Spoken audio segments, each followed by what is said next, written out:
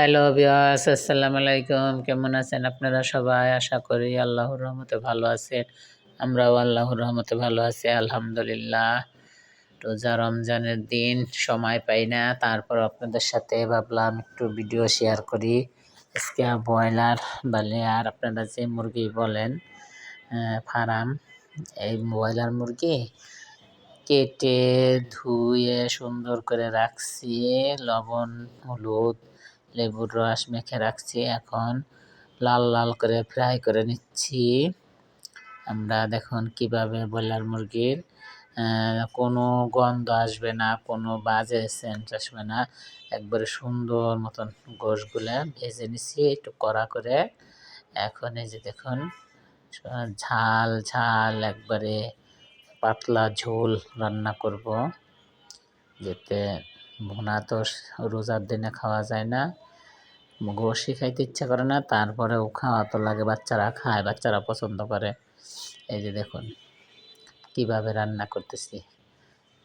আগে পেঁয়াজ ভেজে নিচ্ছি তেলে, তারপরে লাল লাল হওয়ার ভিতরে এর ভিতরে পেঁয়াজের ভিতরে গরম মশলা তেজপাতা এলাচ দিয়ে দিলাম। এখন পেঁয়াজটা ভাজা হয়ে গেলে, ভাজাটা লাল লাল হয়ে যাওয়ার পরে এখন মশলাগুলো দিব।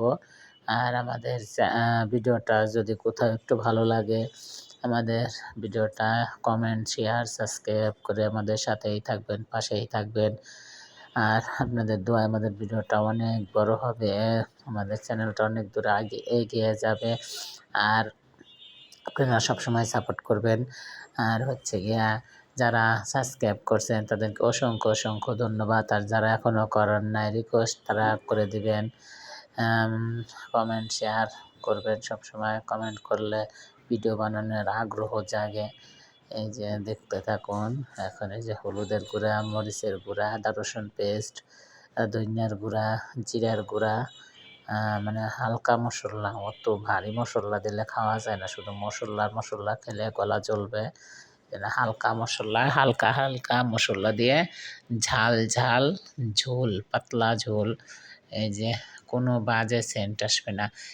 এইভাবে আপনারা একবার রেসিপি বানিয়ে খেয়ে দেখবেন ব্রয়লার মুরগি আমাদের মতন করে, কেমন লাগে।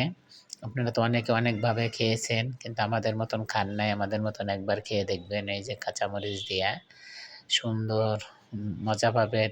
এগুলো পিঠা, রুটি, পরোটা, নান রুটি যে কোনো সাথে মজা পাবেন খেয়ে। আলু ভেজে রাখছি, সাথে গোশ ভেজে রাখছি, যে মশলা কষিয়ে এখন এর ভিতর ঢেলে দিলাম সব। একটু হালকা লাড়া দিয়ে ঝোল দিয়ে দেব। এই যে হালকা, বেশি লাড়া লাগে না, হালকা একটু 2-3 লাড়া দিয়ে ধরেন। ভাজা মাংস তো একটু হালকা লাড়াচাড়া দিয়ে একটু ঝোল দিয়ে দিলে 20 মিনিট জাল হলে সুন্দর একবারে ঝোলটা মাংসের ভিতরে ঢুকে যাবে। খেতে অনেক স্বাদ, অনেক টেস্ট। এই যে দেখুন এই ঝোলটা দিয়ে দিচ্ছি। আর এটা ভেজে রাখছি ইফতারির আগে, ইফতারির পরে এখন রান্না করতেছি। এই যে দেখতে থাকুন। ভাবলাম আপনাদের সাথে একটু শেয়ার করি। আপনারা এভাবে রান্না করে খেয়ে দেখবেন। কাঁচামরিচের তরকারি ব্রয়লার মুরগি, এত মজা, এত টেস্ট, বা সবাই চেটেপুটে খেয়ে ফেলবেন, একটুও থাকবে না।